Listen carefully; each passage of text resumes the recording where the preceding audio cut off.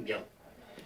La parole de Dieu déclare dans le psaume 85 au verset 10, « Oui, son salut est près de ceux qui le craignent. » Craindre Dieu, ce n'est pas avoir peur de lui, c'est le respecter, c'est honorer sa parole, c'est ne pas faire ce qu'il ne veut pas. Amen, volontairement, afin que la gloire habite dans notre vie. Je répète. Oui, son salut est auprès de ceux qui le craignent, afin que la gloire habite dans notre pays. Beaucoup de gens viennent vous dire, par exemple, on va d'abord enseigner le salut, et puis après la sanctification, et puis après, lorsqu'ils seront prêts, lorsqu'ils seront assez forts spirituellement, on leur prêchera la gloire. Mais cette manière de faire est fausse, car le salut et la gloire sont liés ensemble. Amen. Il est dit très clairement ici, son salut est auprès de ceux qui le craignent, pour quelle raison? Afin que la gloire habite dans notre pays.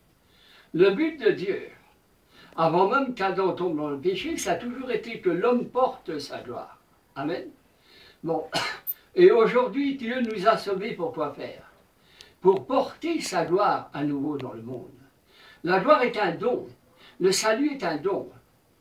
Les religieux veulent faire du salut et de la gloire quelque chose à gagner, à mériter. C'est faux.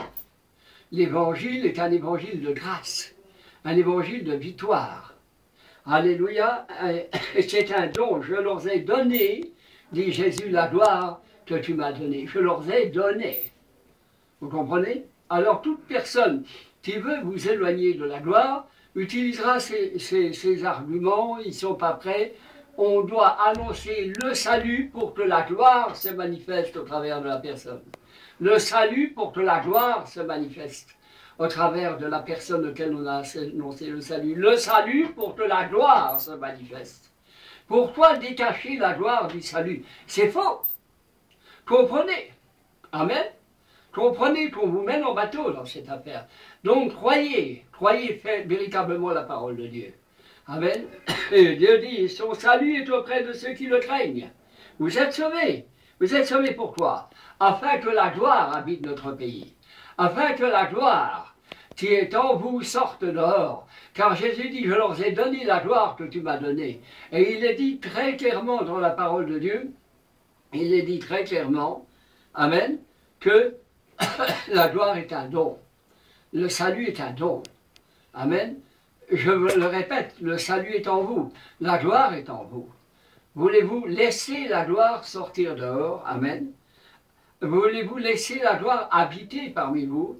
Alors, si vous annoncez le salut, si vous témoignez de Jésus-Christ, en même temps, la gloire va sortir dehors de votre être intérieur et se manifester et toucher les gens. Alléluia, parce qu'il est dit très clairement que le salut est auprès de ceux qui le craignent et vous le craignez, puisque vous aimez Dieu. Pour quelle raison? Afin que la gloire habite dans notre pays. Dieu a toujours voulu que la gloire habite sur la terre. Amen. Et c'est à cause de cela qu'il nous a sauvés. Il n'a jamais, son plan a toujours été que la terre soit remplie de sa gloire. Amen. Même si Adam est tombé, il n'a pas changé de plan pour cela. Le but est, il sauve les gens pour qu'ils portent la gloire.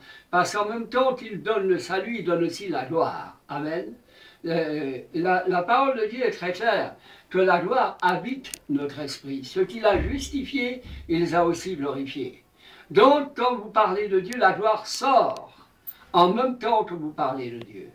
Amen. Quand vous vivez, quand vous parlez aux gens, pour les choses naturelles de la vie, la gloire sort, car elle est un avec votre esprit. Amen. Je leur ai donné la gloire que tu m'as donnée. Où est la gloire? La gloire est dans votre esprit. Il sort où?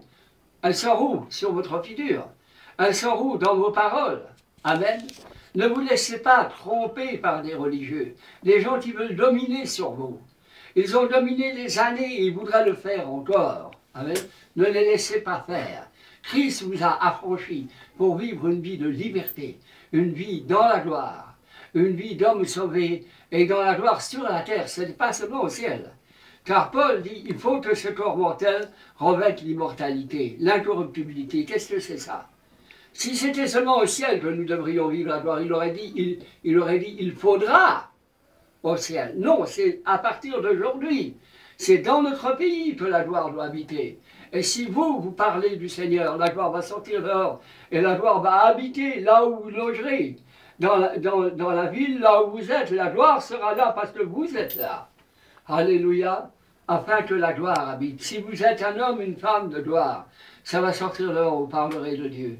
Et puis à ce moment-là, le pays verra la gloire l'habiter. La gloire habite là où vous habitez. Habiter, ça veut dire demeurer. Ça veut dire rester en permanence.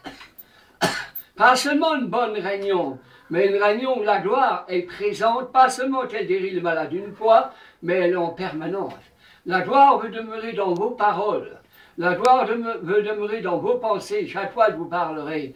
La terre est remplie de sa gloire. Mais pour cela, il faut que vous vous laissiez remplir vous-même, que vous reconnaissiez que Dieu a mis la gloire dans votre esprit, et que cette gloire-là, elle va sortir dehors, même au moment où vous ne vous y attendrez pas, par la louange et l'adoration, et même si vous ne louez pas, vous n'adorez pas, la gloire va quand même sortir dehors, parce que la gloire est un don, et en elle est la vie, dit la Bible, le mouvement et l'être. Donc, par conséquent, elle va se manifester. Croyez-le et vous le verrez s'accomplir. Je répète, son salut est auprès de ceux qui le craignent. Alléluia, nous sommes sauvés. Amen. Et nous avons aussi reçu la gloire du Père. Amen. Car ceux qui l'ont justifié, il les a aussi glorifiés. Donc vous avez reçu la gloire, ne laissez personne vous voler la gloire. Ne laissez pas les religieux vous voler la gloire, comme ils l'ont fait du temps où Jésus était sur la terre. Ne les laissez pas. Aujourd'hui, ils voudraient bien vous dire oui, mais parce qu'ils ont besoin que vous soyez soumis à eux. Ils n'ont d'autorité que dans la mesure où vous êtes soumis à eux. Mais nous voulons marcher dans l'autorité de Dieu, dans l'autorité que la gloire donne sur les situations. Vous avez la gloire sur n'importe quelle situation. Vous pouvez utiliser la gloire pour triompher dans n'importe quelle situation. Dire, j'aurai ces choses parce que la gloire est en moi. Je vivrai ces choses parce que la gloire vit en moi. Amen. Je manifesterai ta puissance, Seigneur, parce que la gloire vit en moi. J'aurai le travail, j'ai la santé, parce que la gloire vit en moi. Alléluia. Que Dieu vous bénisse. Amen. Amen.